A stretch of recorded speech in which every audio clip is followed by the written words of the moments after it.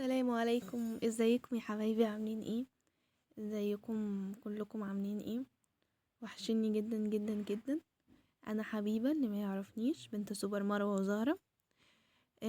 جايه النهارده اوريكم روتين تاني عملته عشان ماما زالت تعبانه. شكرا لدعواتكم جدا جدا جدا يا حبايبي، شكرا لدعواتكم اللي انتوا بتدعوها على المنتدى، وشكرا يعني بجد مش عارفه اقول لكم ايه. دعواتكم جميله جدا، وربنا يشفي ماما يا رب. شكرا لكل اللي بيدعمنا، شكرا كل اللي بيحط لنا لايك، واللي بيشترك في القناة، واللي بيشير الفيديو. عايزة اقول لكم ان ماما دلوقتي تعبانة بس شوية، بس ان شاء الله هتخف بسلام. آه، فاحنا بنعدي بمرحلة ان هي صعبة شوية، ان احنا ايام المدارس وبنحاول نعمل حاجات على قد ما قدر الممكن. ماما زالت تعبانة.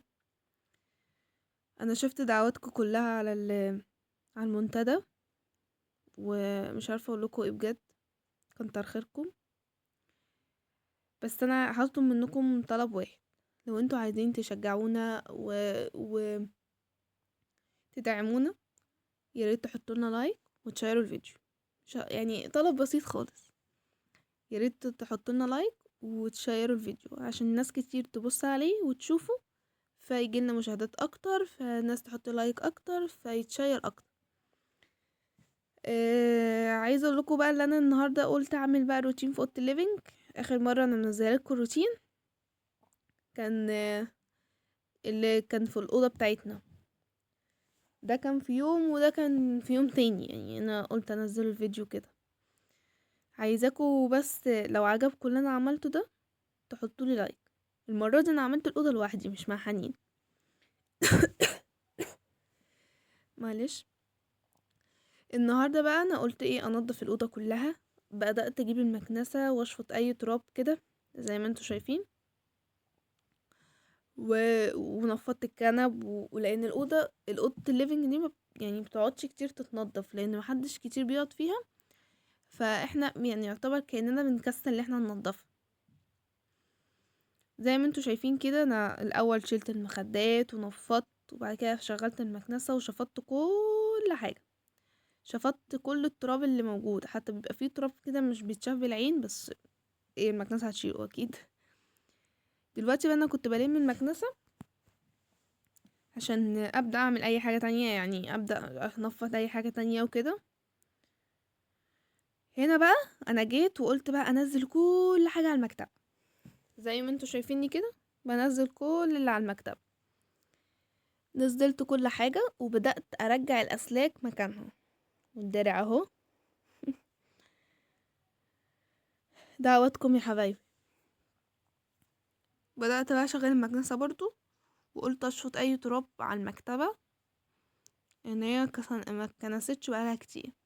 طبعا انتوا عارفين الأوضة ديت، يعني ورا الشاشة ديت في أوضة احمد اللي هو بينام فيها، فعشان كده هي مفتوحة في حتة يعني. بدأت بقى بص اشفط كل التراب. بجد لما بتخلصوا بقى الأوضة بقى وتلاقيكوا كنستوا بقى وسيقتوا وعملتوا كل حاجة، بتحسوا براحة فظيعة، هتحسوها معايا.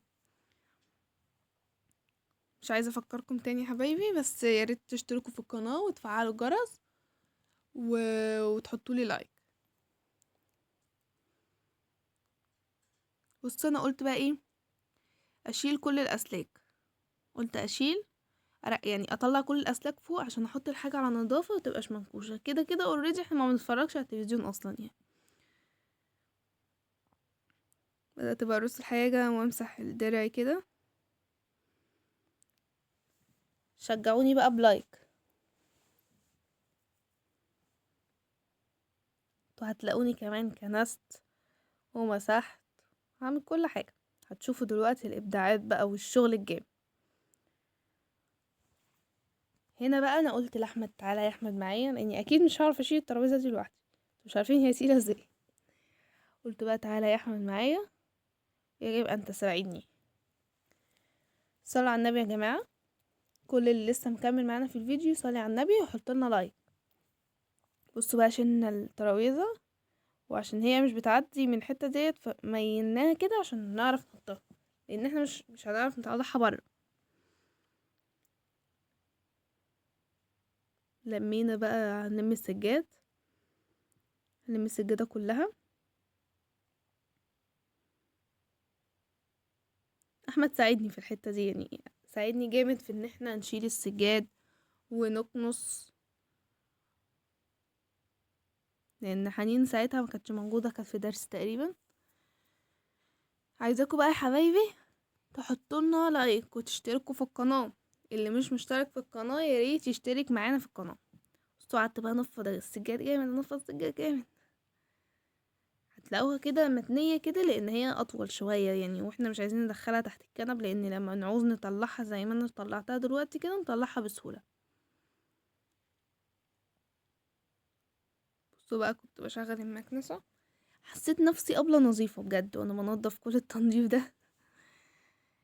تنسوش يا جماعة تشتركوا في القناة وتشيروا الفيديو، بجد حاولوا تشيروا الفيديو قدر الممكن، يعني تشيروا على الفيس، تشيروا على التيك توك، تشيروا على اي حاجة، المهم تشيروا، لان لما يتشير ناس كتير هتشوفه، ولما ناس كتير هتشوفه ناس كتير هتحط لايك، ولما ناس كتير هتحط لايك مشاهداته هتكتر. بصوا بقى كنست كل حاجة، هي اصلا يعني ما كانتش مش نضيفة قوي يعني، هي كانت نضيفة حبة، فقلت بقى اكنس كل حاجة كده زي ما انتوا شايفين. وخرجت المكنسة عشان اشفط اي تراب يبقى محشور وكده. هتلاقوني هزيت الكاميرا حتى من غير ما اقصد، لسه هتشوفوا ابداعاتي، انا ابدعت. بس عشان تعرفوا ان انا اشطر من حنين، بس زي ما ماما بتقول لكم ان حنين اشطر مني. بصوا بقى جبت بقى اسيق بقى.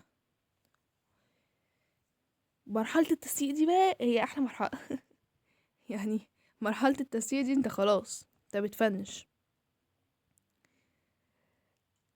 خلي بالكم انتوا لما بتسيقوا وبتكنسوا كده، اي حسد او اي طاقة سلبية في البيت بتتشال بسرعة، فانتوا حاولوا على قدر الممكن تسيقوا مرة واحدة في الاسبوع، حتى مرة واحدة في الاسبوع حتى يعني هتشيل يعني، انتوا هتحسوا بيها، جربوا. في ناس مثلا، يعني في ناس ما معرفش قوي، بس في ناس مثلا ما بتسيعش غير على رمضان مثلا او على العيد. لا لازم خلوا بالكم ان انتوا تروقوا كل حاجة، بس مش طبعا مش هتشيلوا سجاد وتسيقوا ده كل يوم، لا خلوها مرة في اسبوع بجد، او مرة كل اسبوعين، ما تطولوش عن كده. بصوا بقى فرشنا السجادة، بصوا كنت بهزها عشان اظبط الورد اللي في النص، واحمد بقى ساعدني انه يجيبها، تعبت احمد انا شويه. وده انا بقى نجيب، بصوا الترابيزه دي بتخش جواها البفات كده عشان توفر مكان يعني، هي معلومه ان هي معموله ان هي تدخل البفات جواها كده. اهو هنا بقى انا كده كنت خلصت بس احمد، شفت احمد، قلت بقى كنت نسيت بقى ان انا امسح الترابيزه خالص، فقلت بقى امسح الترابيزه وكده انا اكون خلصت بجد وعطرت وعملت كل حاجه. متنسوش يا حبايبي تحطولي لايك لو عجبتوا بالفيديو.